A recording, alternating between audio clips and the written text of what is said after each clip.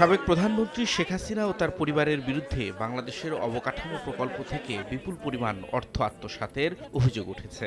অভিযোগের তদন্তে নাম এসেছে শেখ হাসিনার বোনের মেয়ে ও যুক্তরাজ্যের ক্ষমতাসীন লেবার পার্টির মন্ত্রী টিউলিপ সিদ্দিকেরও। এ ঘটনায় তাকে জিজ্ঞাসাবাদ করেছে যুক্তরাজ্যের মন্ত্রিসভা অফিসের ন্যায় ও নৈতিকতা দল।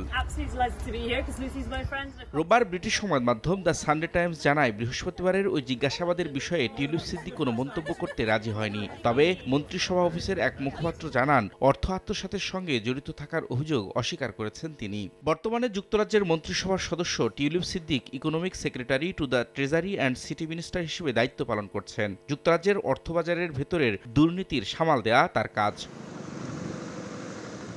অভিযোগ উঠেছে রাশিয়ার সঙ্গে 2013 সালে যখন রূপপুর বিদ্যুৎ কেন্দ্র নিয়ে আলোচনা হয়, তখন এতে মধ্যস্থতা করেন টিউলিপ। যদিও ওই সময় তিনি ব্রিটেনের কোনো সরকারি দায়িত্বে ছিলেন না। টিউলিপ সিদ্দিক ছাড়াও অর্থ আত্মসাতের অভিযোগ উঠেছে শেখ হাসিনার ছেলে সজীব ওয়াজেদ জয় ও বোন শেখ রেহানার বিরুদ্ধেও।